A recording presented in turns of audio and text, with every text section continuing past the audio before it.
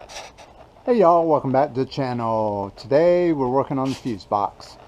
And so originally I wasn't going to film it because really it's not very interesting to watch me wire and put ends on wires and screw them down to terminals. But it turns out that we've had some issues. So I'm going to kind of film it and kind of talk through what we're doing, just to kind of show alternatives to inline fuses.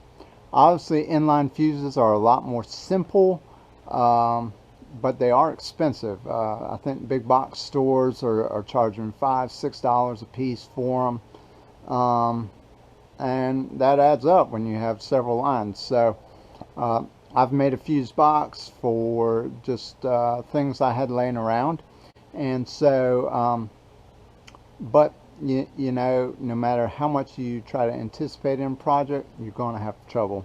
You're going to have things that just don't go right, and that's just part of project life. And so kind of want to show some of that, but you know, sometimes you just make mistakes, and hopefully I'm filming these and you won't make the same mistakes that I'm making, and it will keep you from having some headaches and all that kind of stuff. So I appreciate y'all watching, so let's dig into it. So as you can see, we've done some pre-wiring. Decided to film it after I'd already run some wires. Basically, we took the fuse board off just to kind of get some room and to run some wires. Beforehand, I've kind of measured where I need to run wires to. That's just kind of a measurement thing, so that I don't cut them too short. So what has happened is, originally I had designed this box for 4 wires coming in, 1, 2, 3, 4, like right here. And you can even see it here in my labeling. I was going to do high beam, low beam. Let's turn that over for you. High beam, low beam, parking brake, and rear lights. Well, kind of thinking about it, I've decided to go with the power side of the lights. So that's high beam and low beam. I want to make H the horn, and on the spare I'm going to put brakes. Just kind of as I was thinking about it, I decided, hey, probably makes sense to put brake lights on there. All these fuses are basically for if you have an accident or something like that, it doesn't catch fire, or if there's a malfunction, you don't have a fire. That's what fuses are for, is that so you don't burn up wires, you don't burn up expensive things, things don't catch fire. That's what the circuit breaker is for, or fuses are for. What has happened last time is, remember last time we drilled some extra holes in here because we drilled the reverse or mirror side of the box. Well, it turns out I could only fit 4 wires into this grommet, and yeah, I could drill the next size up and put them all in here, but I already had this hole, and I'm going to make white our horn. So it kind of made sense, and it's right here at the beginning. So that's kind of where we're at. We've already run the cable. We're going to put the fuse board in, put connectors on here, and just kind of mock it up. And basically this is just going to float in the air for the time being. And as we put fenders and other components back on, we're going to mount stuff as we go. Okay, so we got everything here. I want to put a little bit of slack in here. I don't want it real tight in case if something happens and I need to pull the box off and kind of put it in some sort of place. I don't want to be restrained by the wires. So I want to give it a good slack. So I'm probably going to cut it right about there. That will give me enough space to kind of run it, and I'll just kind of run it like that, and run it up somewhere in there, or I can even run it underneath and then up.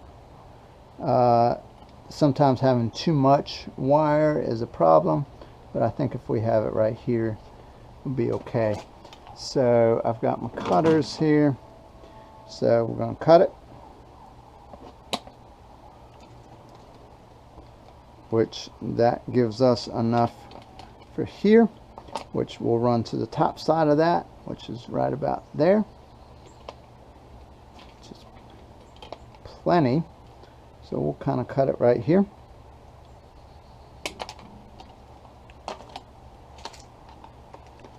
Now, the bottom side is going to be your input. The top side is going to be your output. Doesn't really matter which way you go. That's just going to be my designation. So, yeah. So I'm going to go ahead and strip this. And we got our connector here. We're just going to go ahead and turn that real well. Hopefully you can see that well. Put a connector on there.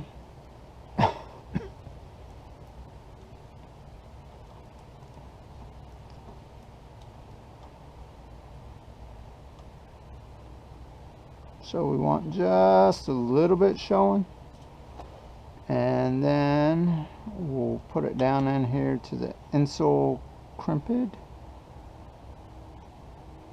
Actually, we're going to put it right here. I didn't get a good one on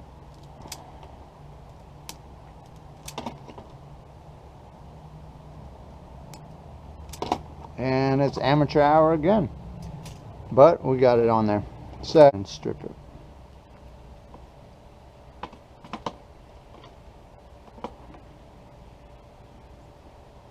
If I use the right size. Oh yeah, I did. It's just not all cut through. There we go. Again, I'm not an electrician, y'all, so feel free to laugh at how I do stuff. And I got these connectors, I think, at one of those cheap hardware stores.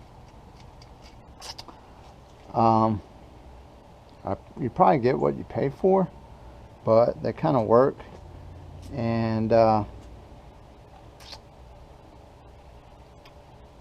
least as far as I can see, though I've had some fail. Oops. What the heck's going on? I need to be able to see what I'm doing here.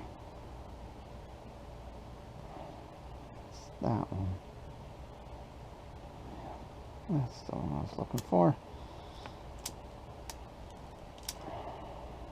Yep. Anyway, I like how this one crimps better. It kind of puts a real notch on there. And the other one, they were pulling out real easily. Not saying that these won't, but it's at least a little bit better fit in there. So we're going to go ahead and route this kind of how we had anticipated, and we're going to take the nut and washer off here, and we'll see how many of these I lose. I just dropped that. Good job, buddy. That's right there. It's also kind of chilly today. Chillier than it has been. Another reason fingers start bleeding.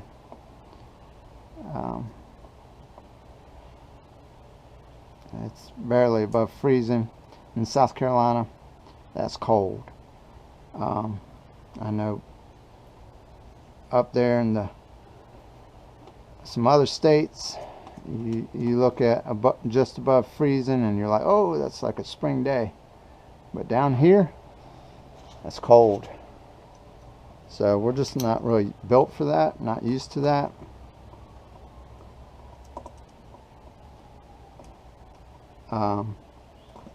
But when it comes to 100-degree days with like 80% humidity, 90% humidity, we can handle that. So it's just different. Not better. One's not better than the other. It's just different.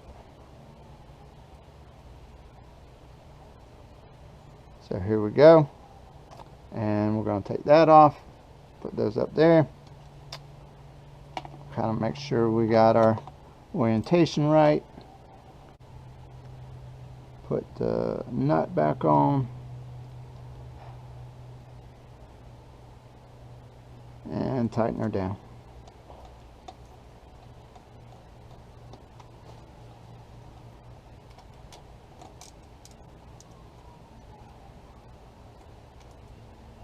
And I'm just using, I think this is a 1/4 inch. It is 1/4 inch ratchet here, turning the wrong way.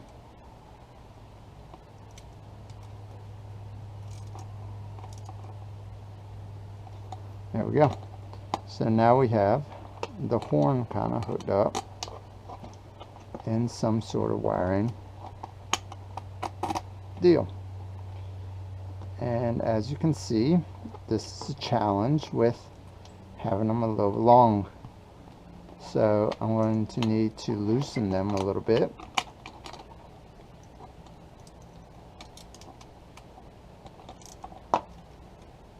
Kind of angle it over as much as we can. Tighten that down. And for this one, it should be alright. We'll see. We have more play on the output side. There we go. So not too bad.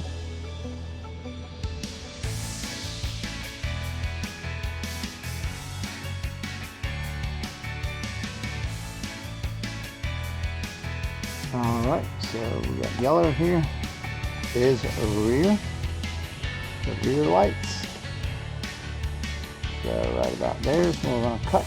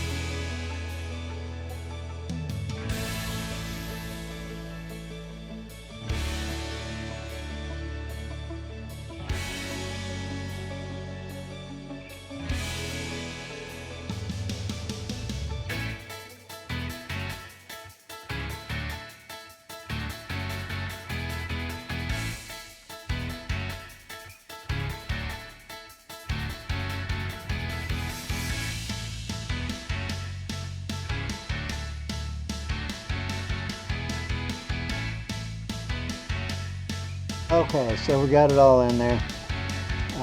Now we're just going to kind of clean it up.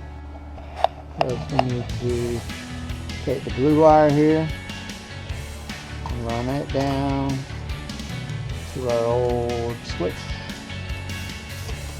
here. This should be fine. The white, you don't have to. I appreciate y'all watching. Y'all take care. It's time for supper. It's getting late. Bye, y'all.